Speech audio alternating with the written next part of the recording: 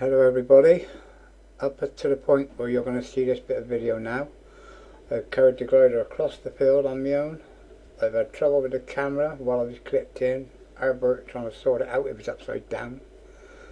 And then I had trouble hopping forward, and at this point now the stirrup is playing up, the rope is around the front of my foot.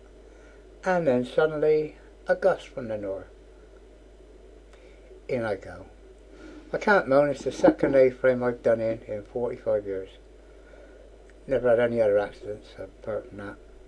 Other than the big one I had years ago, but I don't count that. It was a glider packing up on me. Right, I don't mind, but everybody else, look, they're all in the sky. I'm filming them with the same camera I fly with, so you can't see them. But my finger, take it from me, they're all little dots. And that, I'm saying, is a Will's wing 2, I forgot the name of it.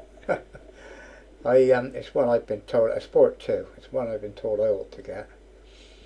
But anyway, they're all there in the sky, but there's only 3 of them flying. 2 rigids. Every shot is a glider. They're right on the end of my fingertip each day, but you can't see them. Nicky, here, I think you can just make him out there.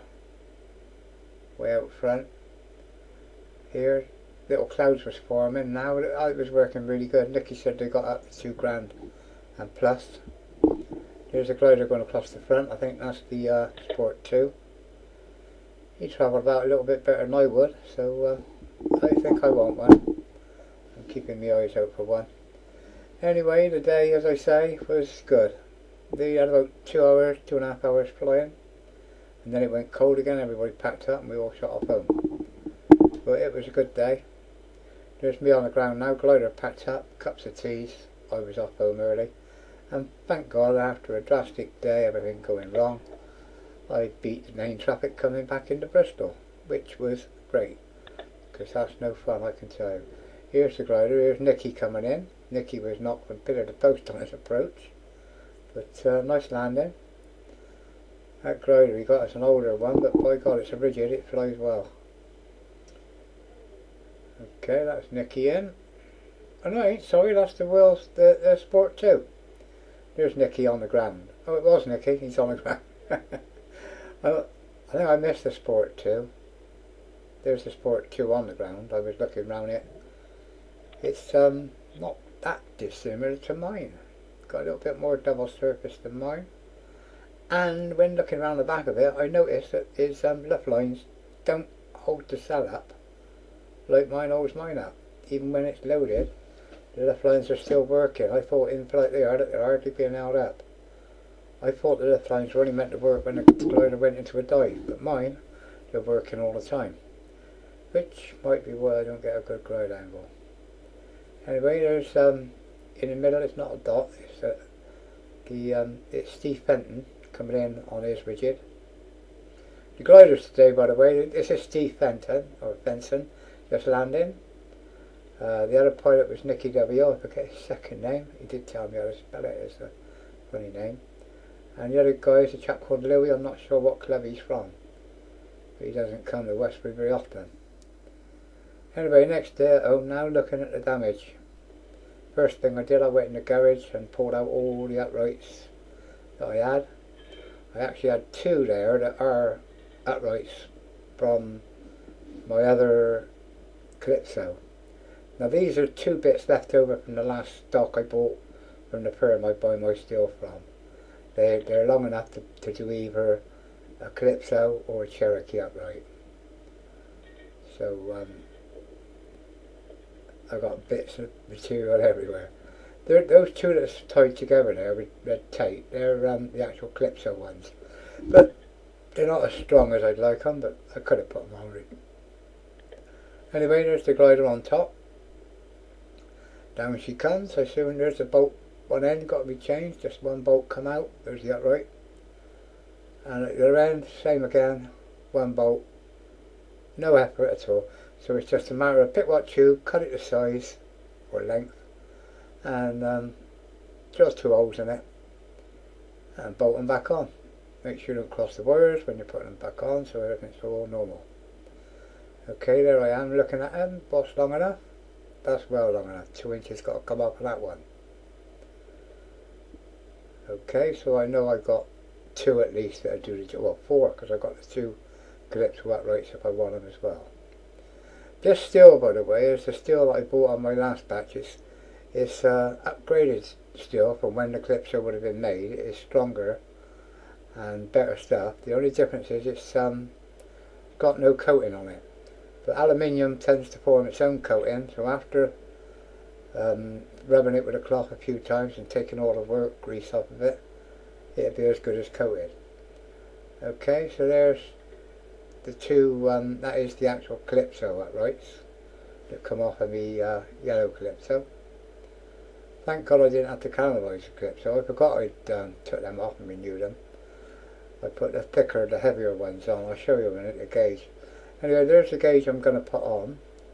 If I can get it on while I've got the camera in my hand. And I've actually drilled it now, it's going on, and I'll show you now the difference in thickness. The centre's the same. Yeah, I cut it out and both holes are drilled now by the look of it. So I've got this in the wrong order. This bit here is the actual bit of drilling of it on the turret drill.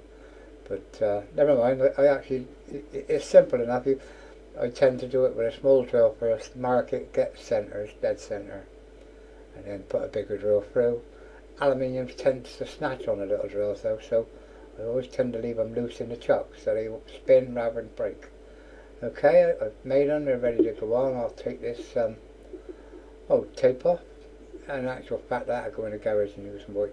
Now there's the difference. That's the old one and the new one. See the thickness in the walls?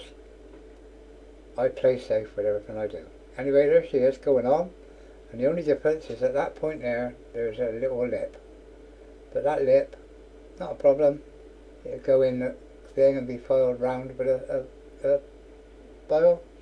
There it is, just take the edge off it, bit of emery cloth, clean it up, ready to go. Then a good rub down, because as I say, aluminium tends to form its own oxide. That's the good thing about aluminium, it protects itself from the weather. And once that oxide's on there, the oxygen can't get at it no more to form again.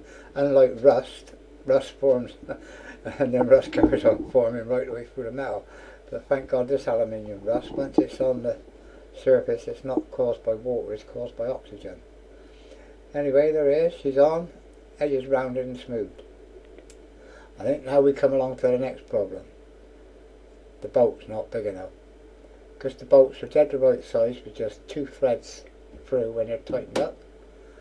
This one now is too short because the thread must be at least 3 threads more.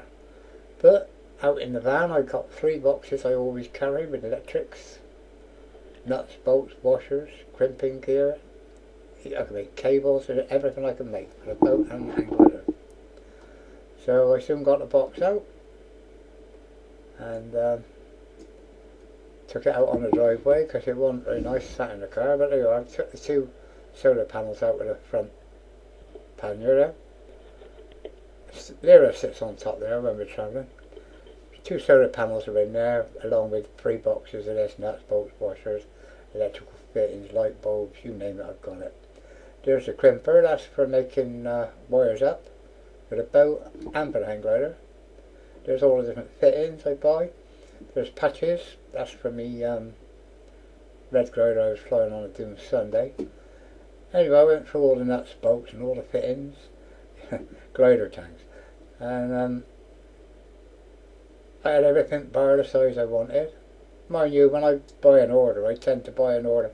I go through the glider and I measure every nut and bolt, every length of thread, length of shank, and I write it down. I send off and get the order, even down to the washers. I buy, if I want 6 washers certain thickness, I buy 6 washers certain thickness. I don't buy a box of them. But by the time you buy your order, you put for a certain glider, say like the Calypso when I renewed, that's all the bolts I took off when I renewed them.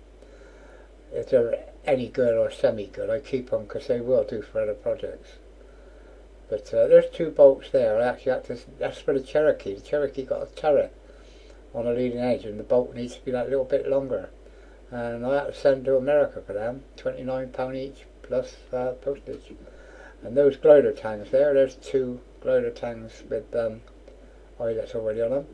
Took me years to find out where to get them, but that's shrink wrap. When I make my own wires, I put that shrink wrap over the top, and then you can see through it to see the condition of the wire underneath. There's the washers, as I say, they're all different sizes, different thicknesses.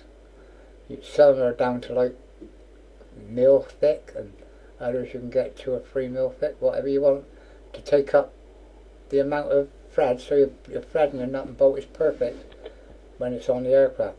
Anyway, I didn't have a nut the size I wanted, so I had to go into my secondary boxes there, you see, and I had one. He was cut the threads too longer than what I needed, but not a problem. Anyway, that top end's done now, and here's the bottom end being done. Bottom end's in place, bolts in place, all the wires are back where they go, but nut goes on, job done. This Calypso is in really good condition. I was really lucky to get this. I do like flying her, but she doesn't travel about the sky much. She goes up well. Anyway, there she is, back on the rack. And these gliders in here are perfectly dry. This is like a polytunnel, and one end is open, and they're longer than the polytunnel, so the outside ends are coated. That's four wraps of plastic there. They never get wet, but the airflow through that polytunnel is fantastic. Anyway, next job later after I've had a cup of tea is I've got to come out. I've already pulled the sewing machine out in position, and I've got to my flight suit I turned into a 2-piece. I've now put a zip back and front so as it zips together when it becomes 1 piece again, or I can unzip them and do it. I had to finish it off by hand tonight because I actually broke the needle. With that, the wife asked me to repair one of her skirts, and I didn't have a needle, so she's going to have to wait. Anyway, thanks for watching, guys. I'm ready to fly again. Petethewrist out. As I say, thanks for watching. This is a bit of film that should have been at the beginning, but ended up at the back. But there's the 2 Calypso what come from the manufacturers. So I've still got 2 spares, and that is all the spare tube, all in the box, ready to go back in the garage. Thanks for watching, folks. Petethewrist out for now.